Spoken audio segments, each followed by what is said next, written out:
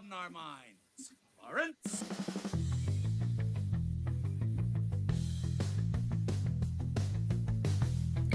What's going on, everybody? Welcome back to another episode of, well, actually, this is sort of the last episode of Slav's Geek Talk podcast. We're making a change. That's right. We're kind of shifting and making a change of the podcast title. We want to get branding on track here over at Slav's Free Talk, and I want to make sure everybody understands what this is, what we're doing here. So, Slav's Geek Talk podcast, it was short-lived. I loved the logo. I took pride in the logo.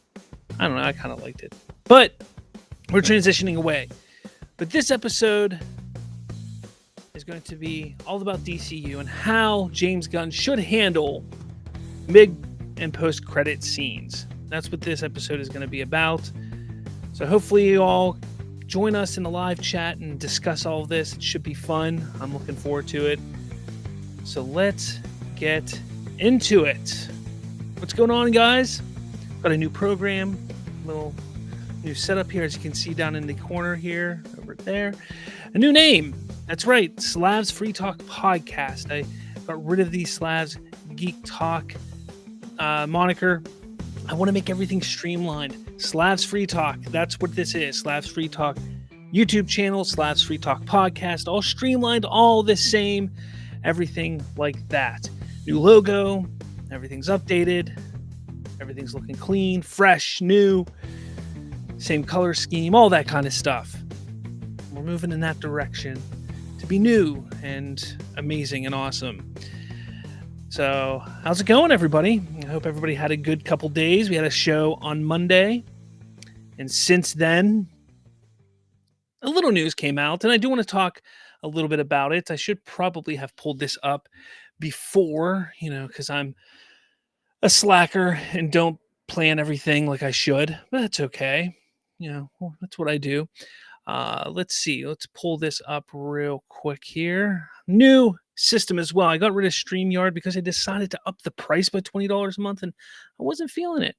So according to DC Film News, Hal Jordan's shortlist is down to 3. Chris Pine, Timothy Olyphant, and Ewan McGregor. Now, this was posted at 11:14 a.m. As of about 3 p.m., I heard through some other sources that it's down to 1 and that it's Timothy Olyphant. Take that as you will, but it's an interesting possibility that Timothy Olyphant is the way that it's going. We got somebody in here, Derpy Entertainment, wanting the random stream. He's back. That's right, I am back. And again, back at it. How's it all going? All right. So yeah, I mean, it's interesting. How Jordan shortlist, DC Film News stating that it's down to these 3.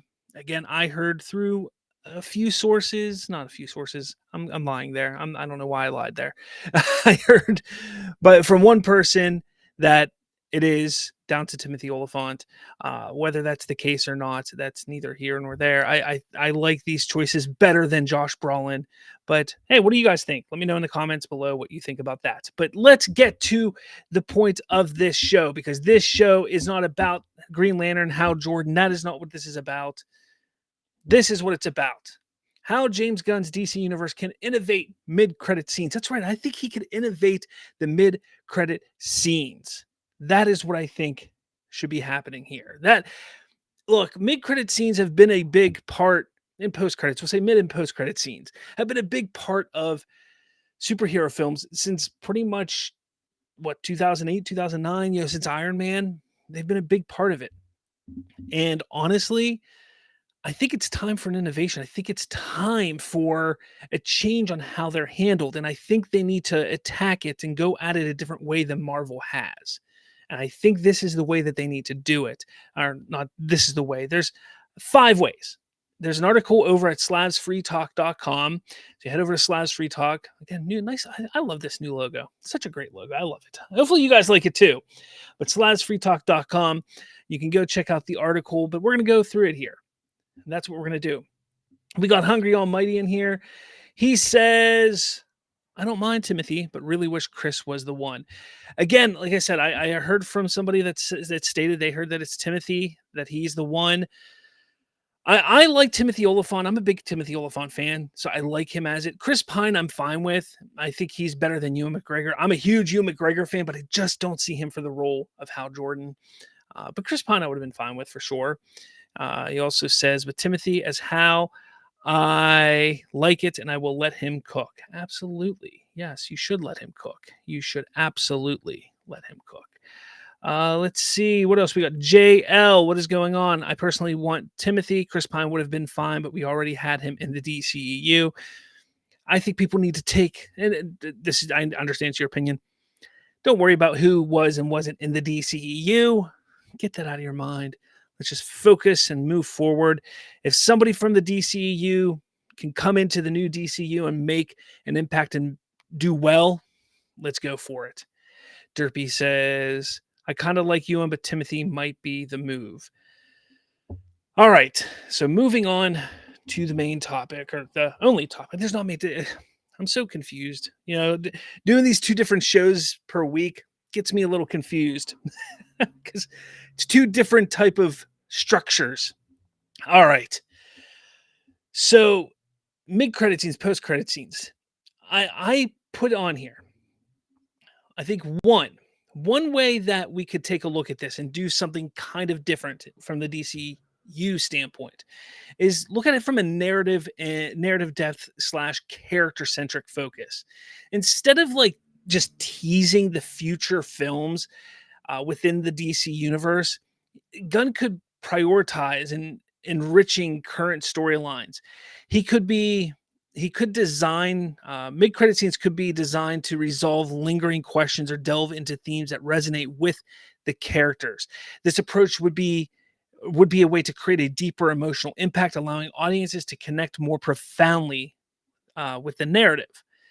For instance, Marvel often used these scenes to set up ensemble films, but Gunn could emphasize individual character journeys by showcasing personal stakes or decisions that characters face. These scenes can become more intimate and character-driven, fostering a stronger connection between the audience and the characters.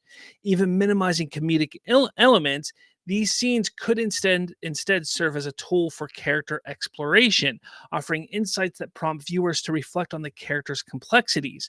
The goal would be for the audiences to leave the theater contemplating what they've witnessed and feeling inspired to learn more about the characters and their journeys. I mean, again, narrative depth, character-centric focus. You know, one of the things I hate about some of these post and mid-credit scenes is just how pointless they were. You take a look at something like the end of Aquaman 2 when eating the burger with the roach on it, or the end of Flash where Aquaman falls and is drunk, the end of Ant-Man 2 where the ant is playing drums. It's just these stupid comedic moments that mean absolutely nothing, and you leave the theater just that was stupid.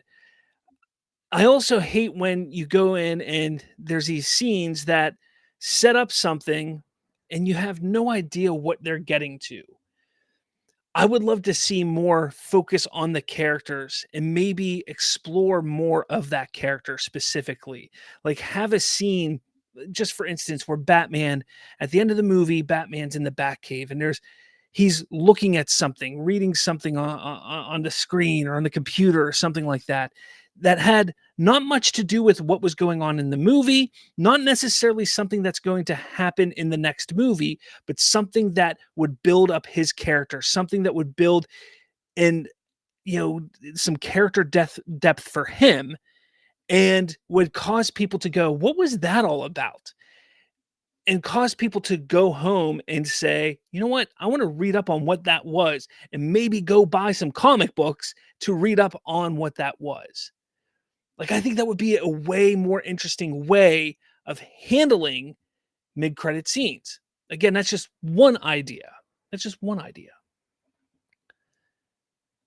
Hungry Almighty, what is going on? I already said what's going on. Anyways, you say, I'm all over the place today. Hungry Almighty says, I think post-credit scenes should only lead to the next movie of the specific character. Example, a Batman credit scene should be for the next Batman movie, not a League movie. That is one way to look at it. Absolutely. But I'm looking at mid-credit scenes as doing something even a little bit more. Another interesting way is imagine if mid-credit scenes felt more like mini episodes or standalone stories. These could explore side characters or subplots, offering fresh perspectives without directly tying, into future films. This approach would allow for and exploration within creativity and exploration within the DC universe, giving fans something new to enjoy. So we're going to stick with Batman here because that's kind of what we're talking about. Think of like a Batman movie, for instance, where Batman's in there and maybe Robin was introduced, and in the in with Robin, or maybe Jim Gordon was introduced and we saw Barbara in the background, something like that. But how about the post credit scene is Barbara kind of doing some investigative work about something and looking up something herself. She's not quite Batgirl yet. Again, we know that the Bat family is going to be involved. I'm just giving an example here. But she's doing some investigative work on a computer. She's not quite Batgirl yet, but she's doing investigative work. And then there's another movie, maybe Superman. There's another scene and there's somebody doing some work over here, and it just so happens to connect to what Barbara was doing over here. And then in another movie, it's connected to that. And all of these post-credit scenes connect to each other and eventually build to something else. So it's like a little mini story going on within these post-credit scenes or mid-credit scenes that build to something else. So when you put them all together, it's one story that builds to something that isn't part of the larger story going on in the movies. I think that could be an interesting way to handle it as well. That would take a lot of planning, a lot of finagling. But again, it's thinking outside the box and doing something different than what we've been seeing and what has been done. And I think that's something that the DCU needs to look at doing. JL says, I do hope we have credit scenes because I love the hype it creates. It doesn't have to be two. If they want to have just one scene, I'm down for it. Yeah, I mean, either way they go, I think we're going to have credit scenes. But it's how they handle them. That's the thing. That's the big thing, is how are they going to handle the credit scenes? That's the big thing. The next thing I would like, or we could try, another thing, is surprise cameos. Instead of predicting character appearances, mid-credit scenes could feature unexpected cameos or alternate versions of characters. This element of surprise can keep audiences guessing and make the experience more thrilling, encouraging viewers to stay until the very end. This is something that Marvel has kind of done. I mean, let's face it, the end of Avengers, nobody thought that they were going to see Thanos. What was it? The end of Guardians 2, the the hint of what's his name? I can't even remember who it was. Yeah. Anyways, I can't think of his name right now. Wow. Anyways, he was in Guardians 3 though. These little surprise and surprise cameos and such. Yeah, that could work, and it could be exciting. Again, leading to Batman. Sure, maybe the first Batman movie, we have Damian Wayne and we didn't see Nightwing at all. We didn't see the Bat family at all. But maybe the post-credit scene has Nightwing pop up. Nightwing shows up at the end in the post-credit scene in the Batcave and says, I see that you were busy and that you got a new Robin. And there's this little conversation between the two of them. And Batman just says, I see you got your hands full in Bloodhaven. And it leads to a Nightwing show or something like that. That could be interesting. A different way of leading into another movie detached from that character. That could be a way to do it. That could be fun and interesting. Again, this is just spitballing. This is just a way to let's get this conversation. What could James Gunn, what could the DCU do that's different? Something different, something more fun, something interesting. TY Blue, what's going on? As long as the credit scene teases something exciting for what is to come, let's say in Batman, Jason is dead in the timeline and he is teased some way that he is actually alive. Yeah, I mean that is a way that could be part of narrative depth for sure. That kind of what I said in the beginning, I guess. But yeah, I mean, that's again, is that similar though to Marvel? Because that to me, and again, there's no wrong answers here, but to me, I want to try and pull away from how Marvel's done things. Is that similar to how Marvel's done things? That's the thing. Or even how the DCU did things. This is one that I really like right here. Focus on villains. Mid-credit scenes could serve as the opportunity to highlight the motivations and backstory of villains, providing insight into their characters. Gunn can deepen the audience's understanding of antagonists and set up more complex conflicts in future films. This approach adds richness to the narrative and elevates the stakes. So instead of talking about the heroes at all in the mid-credit scenes, every mid-credit or post-credit scene is simply about the villain and what is going on in their story building up to the next thing that they do. That would be completely different and interesting. Like, I mean, just think about it. Like, we get this little mini story of the villain, short little 2-minute thing about the villain on what their next plan is, their next move. They just got defeated by the hero. What's their next move? That could be interesting. That could be different. Again, thinking outside the box.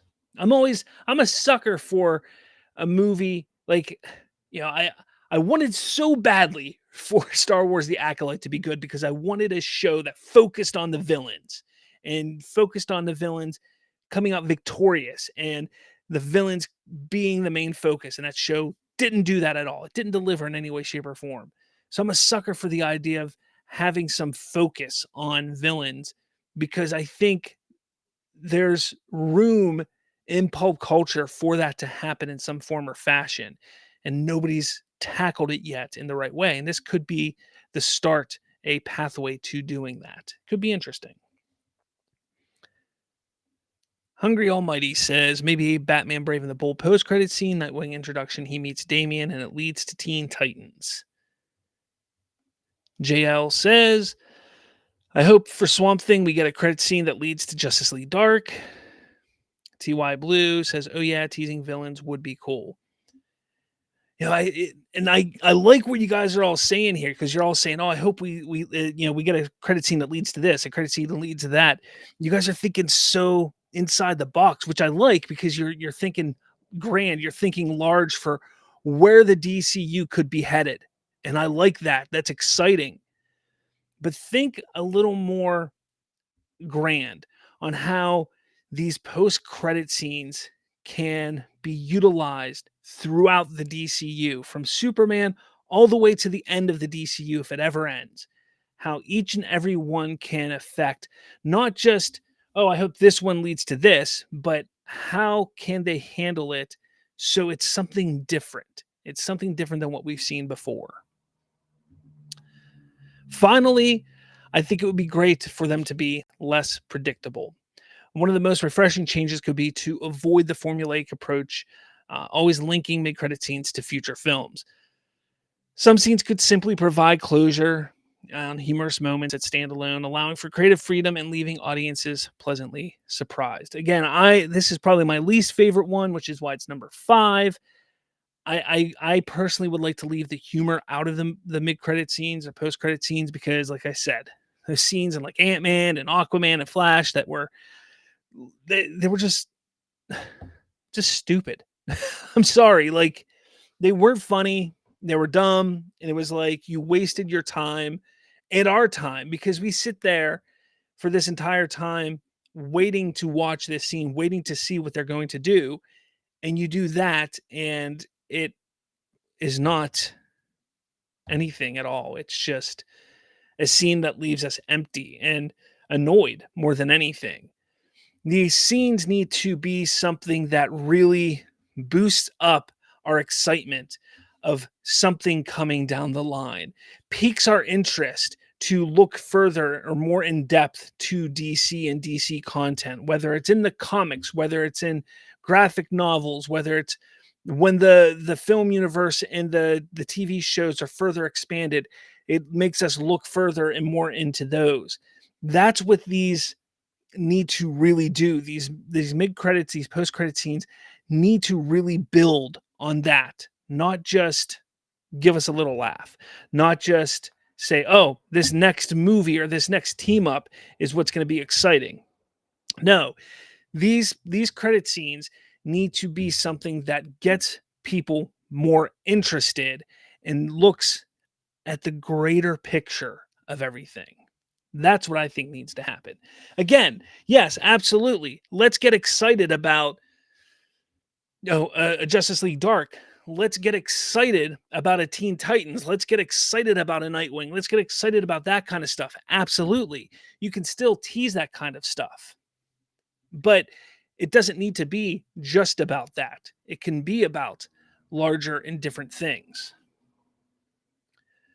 Hungry Almighty says, what Gunn has to do is make sure audiences have options.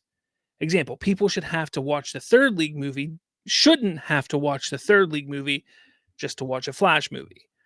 When you look at the MCU, you need Endgame for Spider-Man Far From Home. Do you? Thinking about that for a second. I mean, I guess. I mean, you need to understand the context of where they're coming from the blip and everything, I guess. That's the difficulty you run into when you're building a universe like this, a connected universe. Because when you build a connected universe, there's going to be a point in time when you're going to have to, the audience is going to have to watch and be involved with all of these other projects. You're just going to have to do it. I mean, it's that simple. It's that simple. Fatal J with $5 super chat. What is going on? Thank you so much for that. When Superman 2025 drop, people will love it and swear up and down they never hated on it. It always happens with DC movies. Same happened with Keaton.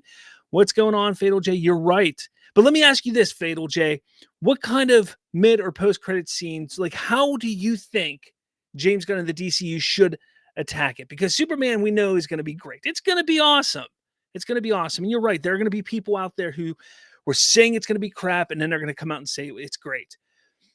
But what kind of post-credit scenes do you want to see in the DCU? Do you think they should attack it just like Marvel, or do you think they should attack it in other ways? TY Blue says, do you think all movies will have credit scenes? I think they should.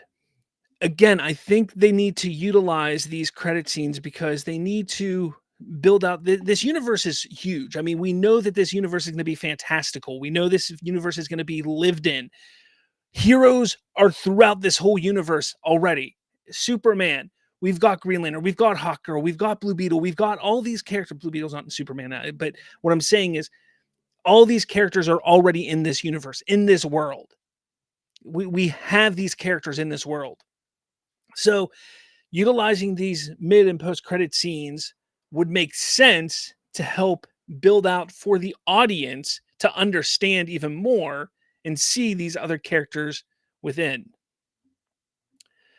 Luke Lengic, what is going on? A scrap credit scene from ZSJL sounds fun, where Soups and Lois were having dinner, and all of a sudden Batman steps out of the shadow telling Clark they were supposed to meet an hour ago for coffee. I don't remember hearing that, but all right. Fatal J says, I don't want post scenes. Too much like Marvel. Mid-credit scenes, maybe. Yeah, that's kind of where I was leading to. You can see the top of my article here. It says, how will the mid-credit scenes go? The thing is a lot of people just call mid and post-credit scenes. They kind of call them the same thing. Post-credit scenes typically are those dumb comedic scenes. I don't want those at all. I don't. Mid-credit scenes, like I was saying, utilize them to really push some important information about the DCU, whether it's narrative depth and character focus, standalone shorts that build up these little stories throughout the DCU in its own little stories. Could be surprise cameos or focusing on the villains, that kind of stuff. I mean, it could be fun and interesting for sure. Could be fun and interesting. Absolutely. Absolutely. But I do think we could see. I think we're going to see credit scenes, mid credit scenes specifically. I do think we're going to see them. I think it makes sense.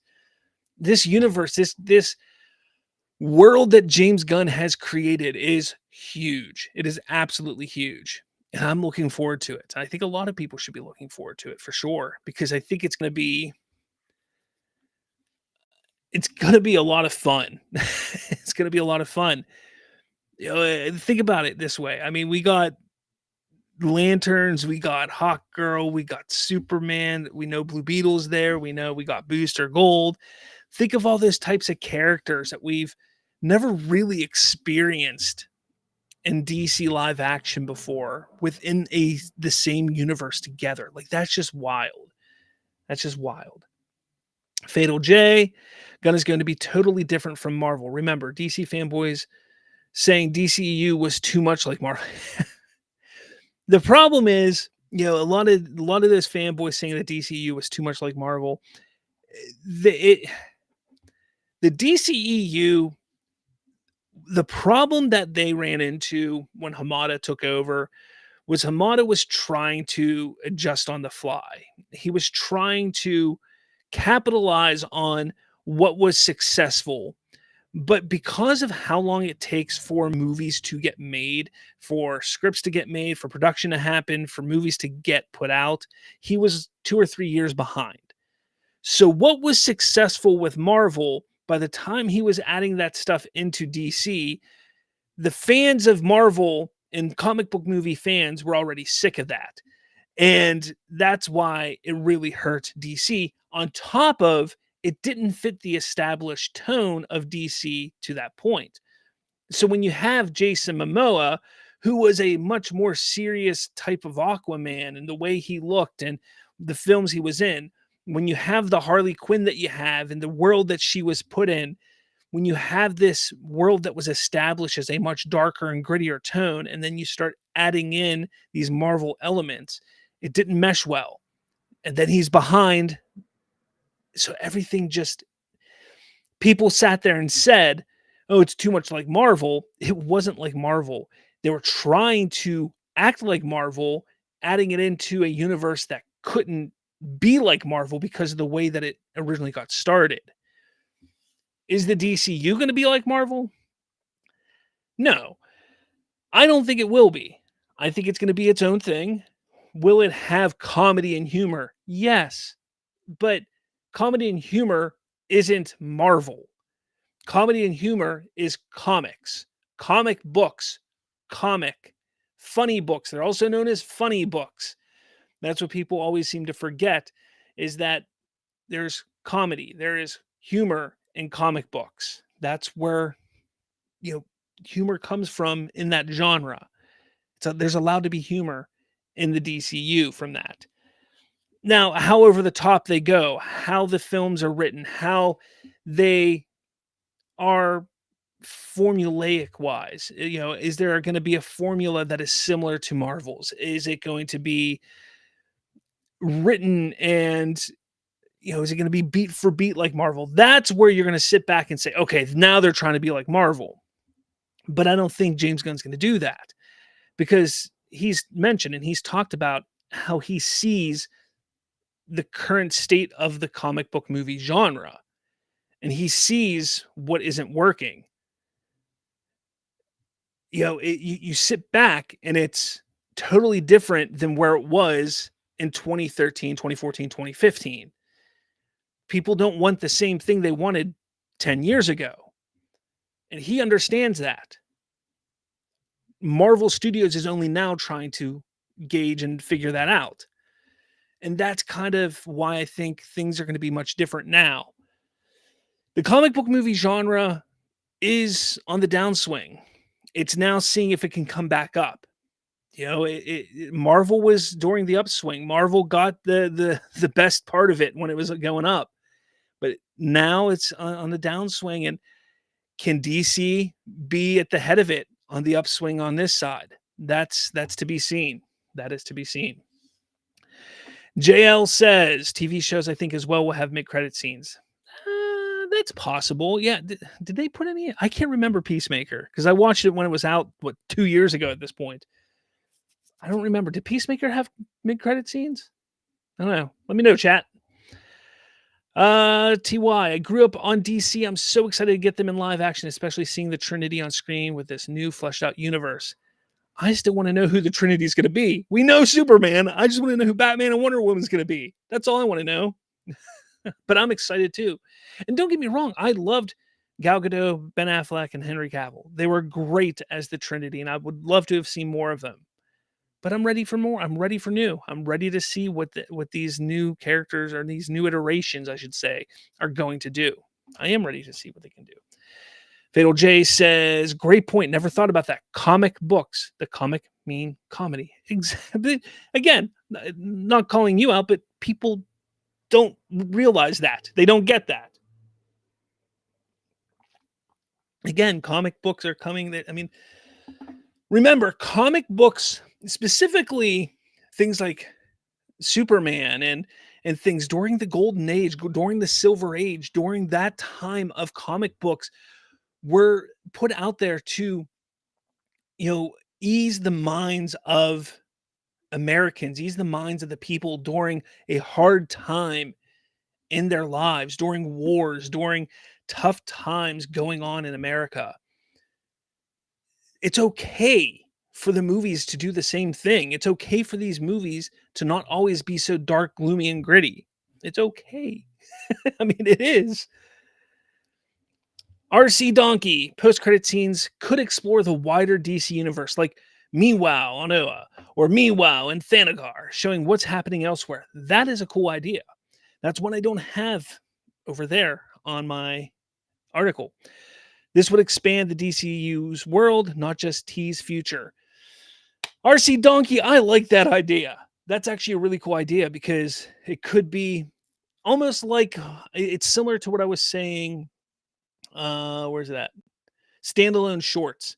It's kind of like that idea, where it's like a standalone short, where it could be just like a short, like 3-minute scene where, like you said, like over on Thanagar, and you see the Thanagarians doing something, and maybe they're building towards a war, or there's something going on there. Over on Oas, maybe there's something happening. Maybe there's something, a lantern war about to happen. Something, who knows? There's something going on out there.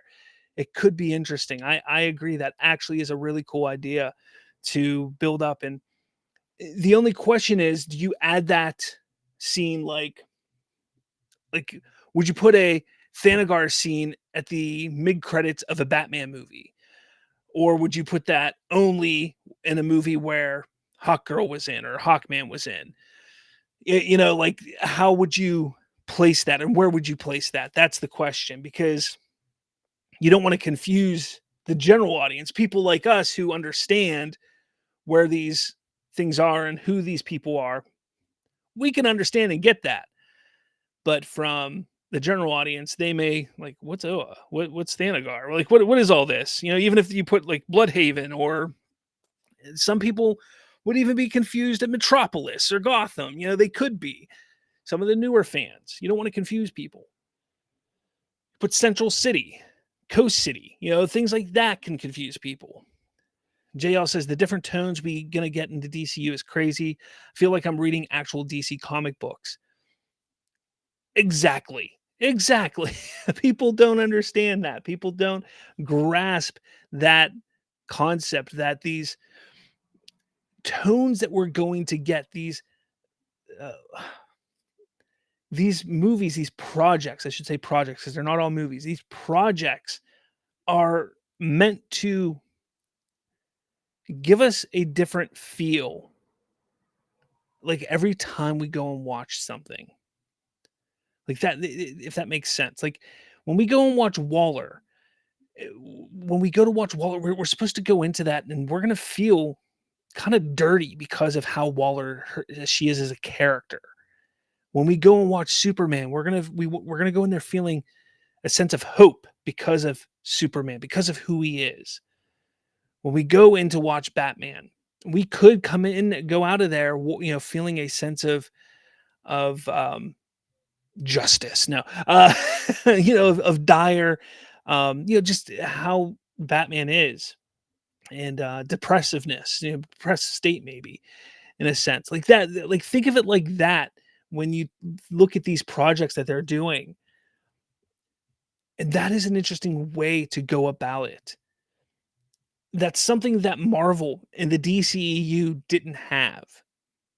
They didn't have this plan where they're like, okay, we're going to go at this with different tones. We're going to go at it and give you something different with each movie. That's not saying that their ways were wrong, but we're looking at this in 2024 as opposed to 2009 and 2013. And there's a big difference of the audiences today than 10 and 15 years ago. And that's what's so neat about it. They have 15 years to look back on and see what did and didn't work. And I think that is what gives James Gunn the upper hand moving forward right now, because they have a chance to start fresh. Like I bet you if anything, like if somebody went to Kevin Feige and was like, "Look, if you could start over, would you do anything differently?" And I guarantee he could probably name you like 50 things that he would do differently. Guarantee it. If they were like, "Here's the keys to starting over. What would you do differently? Give us what would you do? And would you do anything different?" He was like, "Absolutely. I would do this, this, this, this. I would do all this differently." James Gunn has that benefit because not only does he have that benefit of seeing what came before, what worked, what didn't work, but he also had Kevin Feige on the phone. He worked with Kevin Feige. He knows how Kevin Feige felt and what worked for him, what didn't work for him over those years. I mean, James Gunn, when did he start working on Guardians? 2012, 2013, somewhere around there. He started working on Guardians. So he started working in the MCU shortly after the beginning, within the first 5-6 years.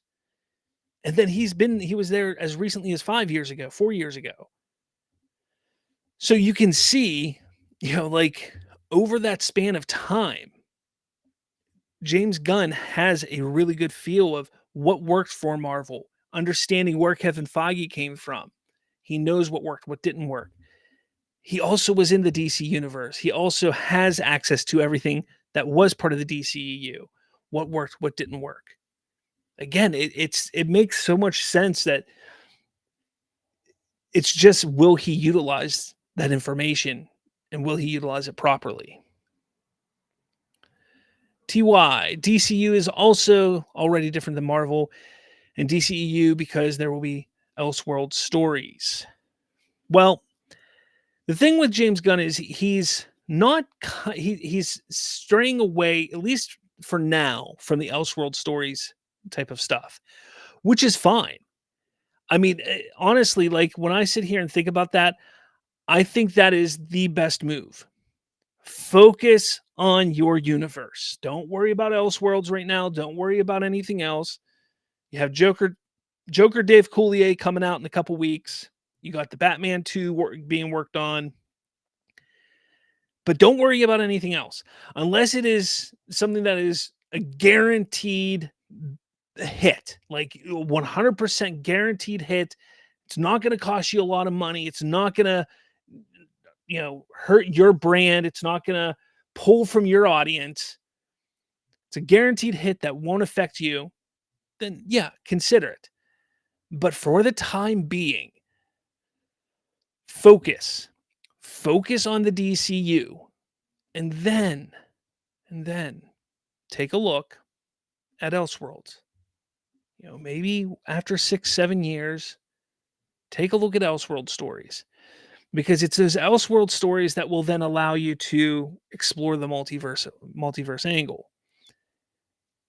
That is what can be more exciting for the DCU. The problem is, there's two problems. Right now, you don't want to touch the multiverse at all. You just don't want to. One, Marvel completely screwed up the multiverse. Let's see how they finish it off in the next few years. Let them succeed or fail on their multiverse saga. Whatever happens, happens. Number 2, DC has played in the multiverse through animation and television quite a bit over the last 10 years. Maybe back off a little bit. We need to give multiverse a break. So back off. They just had a big 3-part animation series for Crisis again. They love that Crisis storyline.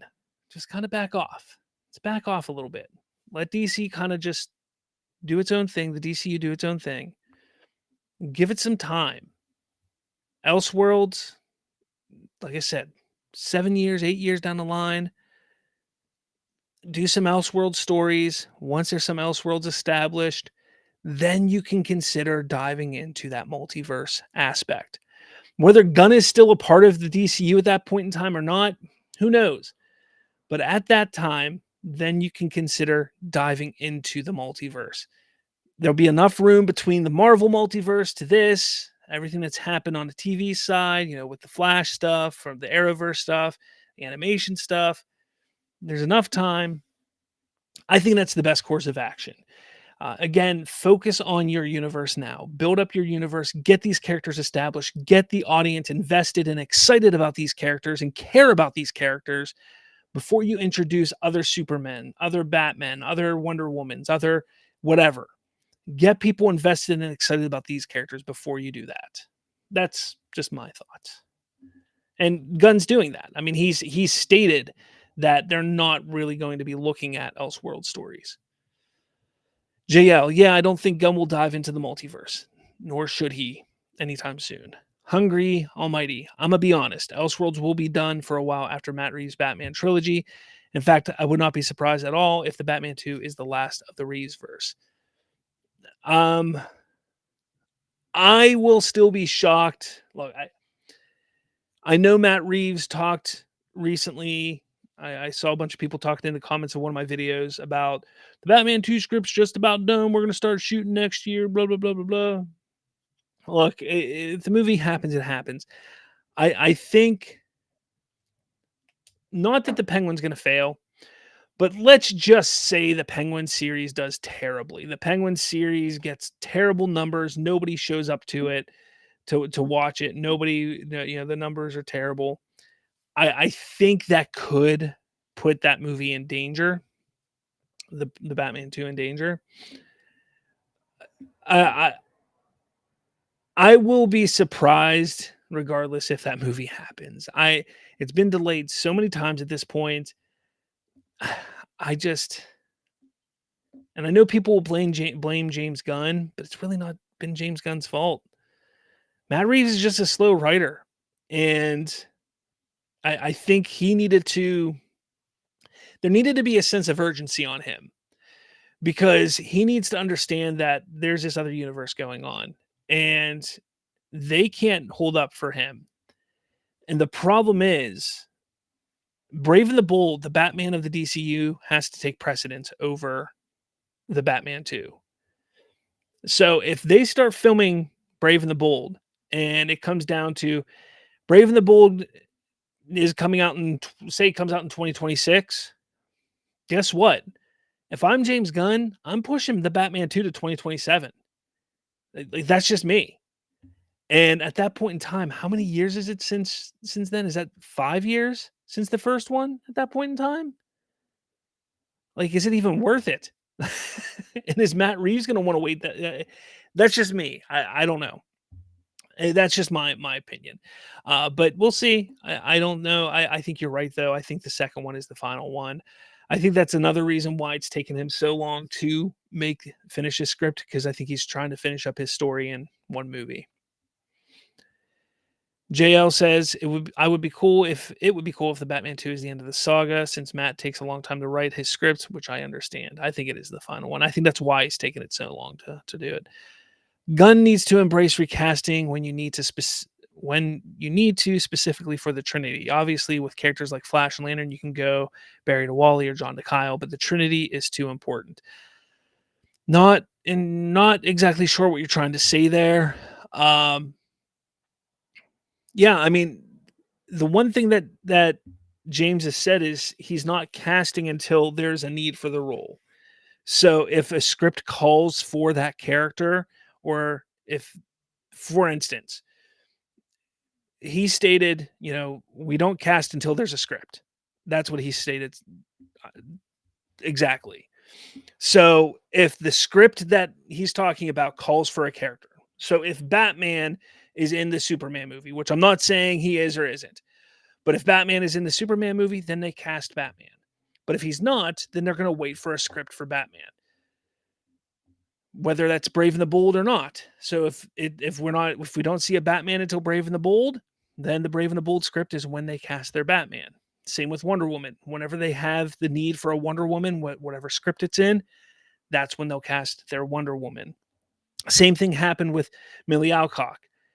They luckily they were filming Superman. They are not filming Superman. They were finished with the script of Superman, and shortly before filming Superman, they finished or were just about finished with the Supergirl script. So the casting for Supergirl started shortly before the filming of Superman. But I can tell you, after the photos that we saw of Millie Alcock the other day at the U.S. Open, the tennis U.S. Open, with her bleach blonde hair, I can tell you she probably shot a scene for Superman, at least a scene for Superman. And she was cast for Superman. It just so happens that her movie is filming right after it. JL states the Trinity will be recast. We're getting new actors. Well, yeah, duh. I mean, we got Superman, and we're going to get a Batman and a Wonder Woman. It's not going to be Ben Affleck and Gal Gadot. That's for darn sure. Ben Affleck is done as Batman. Again, if they happen to do an Elseworlds or a multiverse story at some point, which the only exception to any type of multiverse shenanigans in the DCU, the only exception is Flash storylines. That's the only exception, because of his time travel, because of the Speed Force and all that stuff. That's the only exception that we could possibly see some interesting and unpredictable multiverse shenanigans. And it wouldn't be multiverse storylines. It just could be little happenstances, in my opinion. TY says it's possible there are scripts already finished, but maybe we just don't know. Possibly. Muschietti, for Brave and the Bold, for instance, he and his sister like to be heavily involved with that kind of stuff. As far as I'm aware, they don't have a script completed for Brave and the Bold. That they're working on it. I know he just finished. Everything's pretty much finished with Welcome to Derry. They're in post-production with that, I should say. They're in post-production with Welcome to Derry, which comes out later next year. Is that like middle of next year, something like that? Which is the It prequel series for Max. I think it's Max, maybe it's just HBO. Who knows? And so they're working on that, but in post-production. But they're also now working on Brave and the Bold. And I know that they wanted to be involved with the script process as well as casting and everything. Besides that, Waller is done. They're working on that. It's Lanterns. They're casting that because they have done scripts. So yeah, I mean, it's possible there's things done that we don't know about. Again, remember, James Gunn didn't announce the whole Chapter 1 Gods and Monsters lineup. He only gave us a taste to see all the different types of tones that they're going for. So because of that, there could absolutely be things that we are not aware of. So yes, you're right. Yep. Pressing wrong buttons. Alter Pratt. I feel like we might see a battering or two, at least based the comic allegedly being adapted for Waller. Maybe I who knows? I honestly wouldn't be surprised if Waller gives us our first look at Bruce Wayne or something like that. Not saying they definitely would. It definitely will. The rumors I heard were that, and I think I have it actually in here. Let's just go. We got my website up. Why not take a look at it? Let's see. Rumor Waller series update. Yeah, see, you got stuff here. Maybe it's not here. Oh yeah, it says it indicates Waller series is set to be a much larger production than initially expected. It's also rumored to have a substantial connection to the upcoming Batman film, The Brave and the Bold. So if that's the case, if it's true, yeah, I think we can see some connection to Batman for sure. Bruce Wayne, like I said, could possibly show up. That could be interesting. What are your hopes for the villain of Brave and the Bold? I hope it's Deathstroke. And the reason why I say that is because we're going to get Damian, and I think we're going to also see Talia al Ghul, but I hope that there's something with Deathstroke in it. And I hope that this story with Deathstroke kind of leads into a Teen Titans arc. That's my hope. That is what I really hope, because I hope that the Deathstroke story is not so much that it's a Batman villain, but it's a Damian villain, and it's Batman's there. I know it sounds weird because it's a Batman movie, Brave and the Bold, but I want it because I want there to be a history between Deathstroke and Batman, and I want there to be that history, but I want him to have this new history with Damian and this issue with Damian, and I kind of want it to build and branch off into a Teen Titans, and then Deathstroke can have maybe an issue with the Teen Titans, and then have a great face off with Nightwing, and something there. Like I don't know. I think something like that could be fun. That's what I would like to see. Maybe something like that could be interesting. I just want to see Deathstroke though. I Deathstroke is such a cool character that we've not really. I mean, we got to explore him in the Arrowverse, meh, and the Titans show, meh. I want to see a really really good version of Deathstroke. That's what I want to see. Hungry Almighty, either one of two things is going to happen with the Reeves Batman. All right, you got me on the edge of my seat, man. I want to know. TY Blue, I want Deathstroke as well. I wonder, though, if they go for a more fantastical villain. It's possible. I mean, why not have two villains? Give us another Arnold Schwarzenegger villain. No. Yeah, I mean, they could go fantastical. I just don't want another Joker. I don't. I mean, we've had how many Jokers now? No Scarecrow, no Riddler. I mean, I wouldn't mind a fantastical villain. I'd be okay with that. But just because of the addition of Damian coming into it, it leads me to believe that James Gunn had an idea. Like, he has an idea for a story to lead to something, which makes me believe that he said, okay, Damian's going to be in this movie. I want Damian to be the Robin, and this is the story that I want it to be and why he's there. And he's going to give that information, those ideas, to a writer and say, go run with it. So that's kind of what I believe. It doesn't mean it has to be Deathstroke. It could be another villain. I mean, it could just be Ra's al Ghul, which we've seen before as well. I don't want to see him again. But again, what kind of fantastical villain could we see? Man-Bat? Doesn't really fit for that necessarily. I don't know. I mean, I've always liked the idea of something like Man-Bat, but we got to see what this world is. Honestly, I want to see what this world is and how the world views Batman in it before I can sit there and say, this is the villain we need. That's kind of what I want to see. All right, Hungry Almighty. So his first comment was either one of two things is going to happen with Reeves Batman. He says 2026, the Batman 2, 2027, 2028, Brave and the Bold, 2030, the Batman 3, or Reeves Batman just ends it too with Brave and the Bold releasing 2027. It's possible. That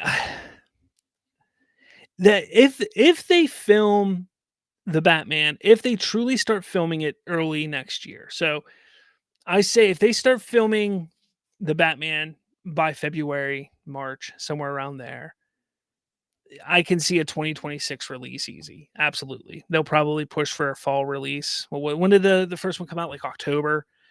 So it'll be like October, September, October release for the Batman 2.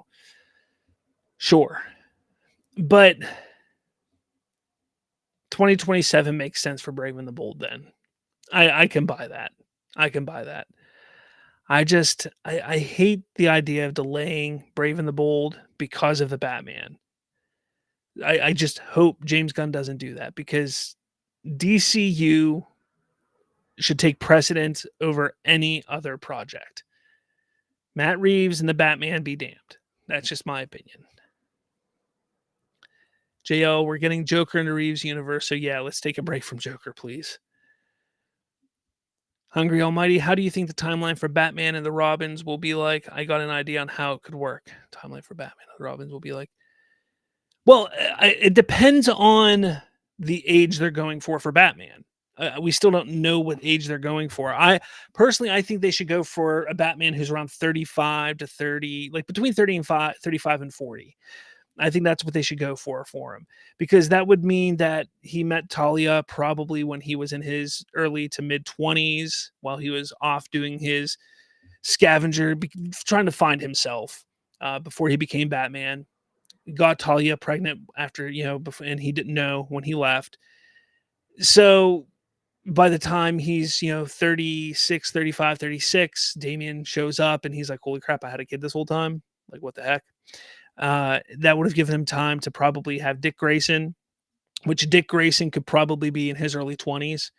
He could have had, a Jason Todd. He could have had maybe even a Tim Drake. He could have gone through those as well in that time, possibly. But I think ideally he's definitely gone through a Dick Grayson because we know we have to have a Nightwing at least. Will he have had any other Robins? I don't think it's necessary for him to have had any other Robins. Maybe one more. Maybe have one that died, Jason Todd then, and leave it at that. I think that's the most that you need. I think for this franchise, you have a Dick Grayson, you have a Jason Todd who ended up dying, and he's struggling with the loss. And Damian comes into his life, and he's like, "How can I have a son? Look what happened. Look what I did.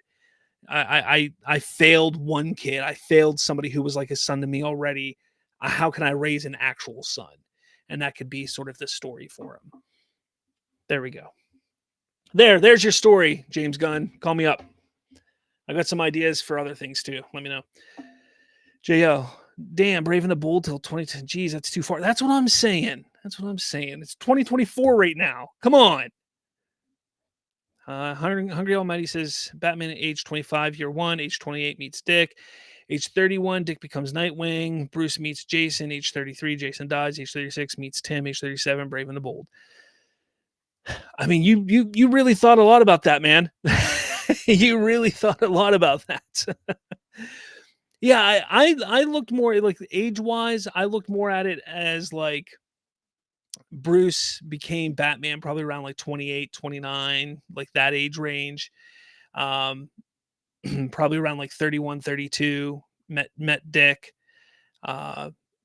Dick Grayson was his Robin for a couple years, maybe 2 or 3 years. So by like 33, 34, they had their falling out. Quickly, he got Jason Todd, and Jason Todd, after about a year or two, dies. And then for a year or two, he kind of just didn't want another Robin at all. And then Damian comes into his life. That's kind of the way I looked at it. So not too far off from what you have there. Not really. Just he starts as Batman a bit later than what you have. That's all. TY, I think the actor in real life could be early 30s as long as the movie he looks older. Many actors portray older actors. Hey, if you would have watched my show last Thursday, my pick for Batman is Taron Egerton. He's like 34, 35 years old right now. He's got the face. He's got the he's just got the demeanor, I think, to play a good Bruce Wayne, good Batman. That's just my opinion. I know he's a British kid. Enough with the British people playing our American superheroes, right? But no, I think he could play an excellent Batman Bruce Wayne. I do. I really do think he could play an excellent Bruce Wayne Batman, and I think he'd do a good job in that role. I do. Yeah. What else you guys got? We kind of just went all over the place here. All over the place. All over the place. Anything? Anything? Anybody? Anything? Come on. Come on.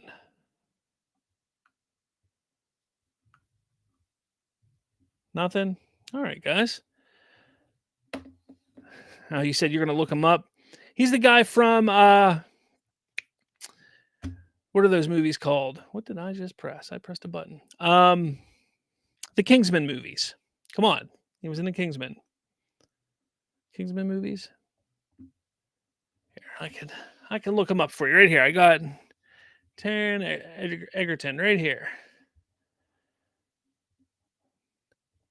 In the Kingsman. He was Robin Hood. He was in Tetris. That was actually a really good movie. Come on, you got to know who he is. He's got a good jawline too. Yeah. I don't know, guys. What do you guys think? You got anything else? Got anything else? You're gonna have to close up shop though. You guys ain't got much more to say. I ain't got much more to say. I don't know. It was a good show though. Really good show. James Gunn's DC Universe, innovate mid-credit scenes. I think we got some good things. Let's see, we got a couple more here.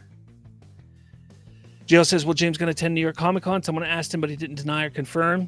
I think so. I think they didn't show up to San Diego. I think they will show up to New York Comic Con. That's actually bigger than San Diego Comic Con. It's bigger in size. It just doesn't get as much in regards to the what you call it, like movies and stuff like that. So I think he could show up there. Alter Pratt, what's up? Taron Egerton looks slightly similar to Brendan Skellner, so I wouldn't mind him. Yeah, Brendan Skellner is also a really good pick. I like him.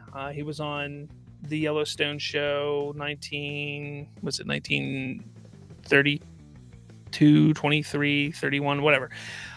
Great show, by the way. I just can't remember the name of it. T.Y. Blue said, oh, yeah. Hungry Almighty.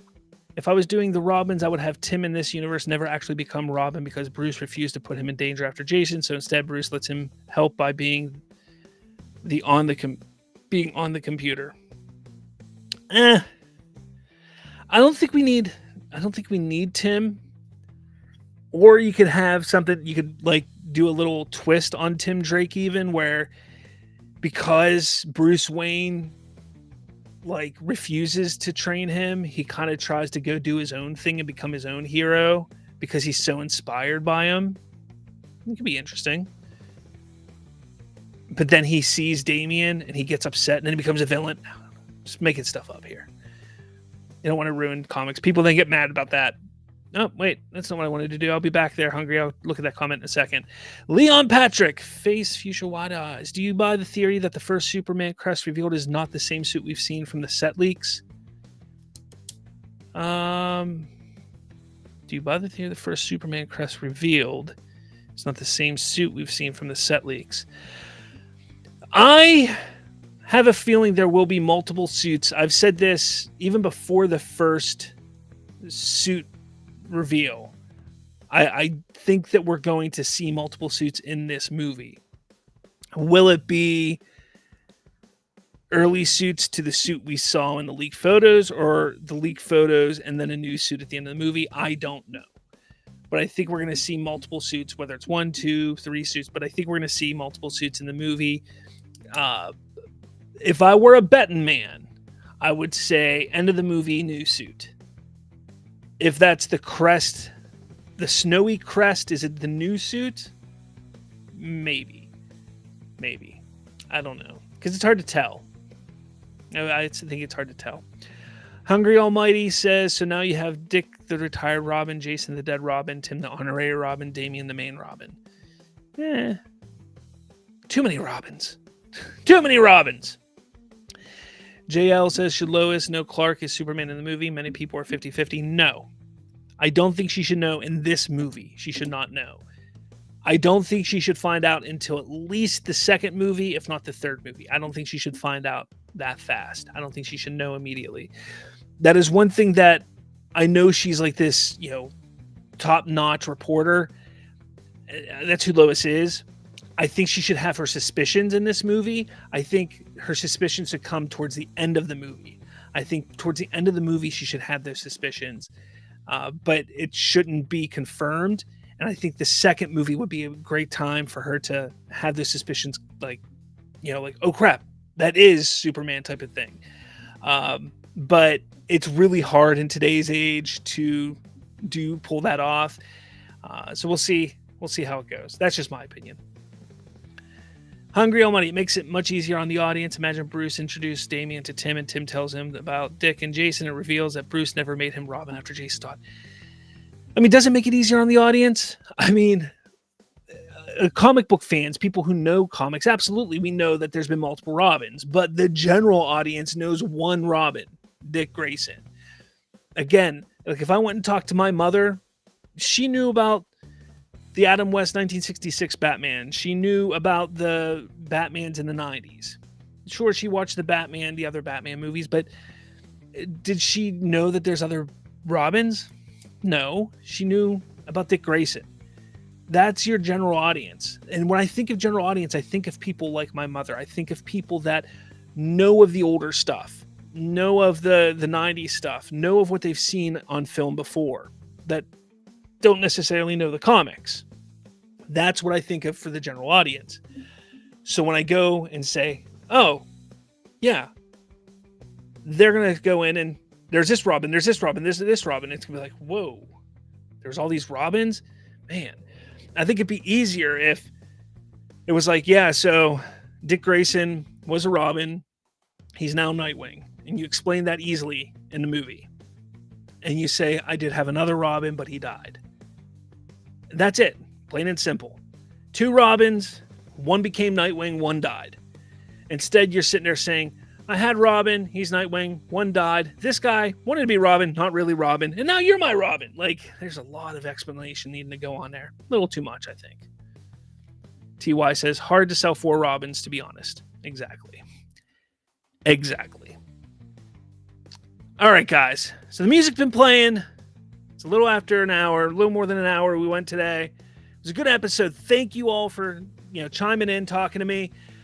This was a test today. I wanted to see if Wednesday at 6 o'clock worked. Let me know in the comments below, or even in the community chat on YouTube, whether this worked for you or not, if you liked this. Next week, I might do a little later on Wednesday. I want to see what works best. Thursdays have been tough for me. That's when my kids have soccer practice. So I literally leave work, pick them up, take them to soccer practice, come home, make dinner, and then I jump onto a stream.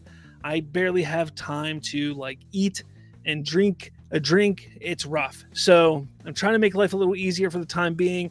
The plan is to, once soccer season is over, to go back to Thursdays, because that is the best day, specifically Thursdays at that 8 p.m. So that is the plan, to get back to that, but just temporarily for the next 4 to 6 weeks, doing it on Wednesday, either at 6 or 8 o'clock. I just want to see what works better for everybody else, see what you all like. Again, this show is about all of us coming together, hanging out, talking, all that kind of stuff. So let me know what you guys think in the comments about that. If you're not a subscriber, hit that subscribe button, hit that like button, hit notification bell, all that stuff. Become a Slav Geek Talker. That's membership. Become one. $2.99 a month. Can help support the channel, support me. So I keep doing this. Have great conversation, positive conversation about DC. Also, let me know in the comments what you would like to talk about next week. Remember, Monday shows are news-centric, and then the second show of the week is just one topic discussion. But I think that's all, guys. I think that's all. So with all that said, I'll catch you all later.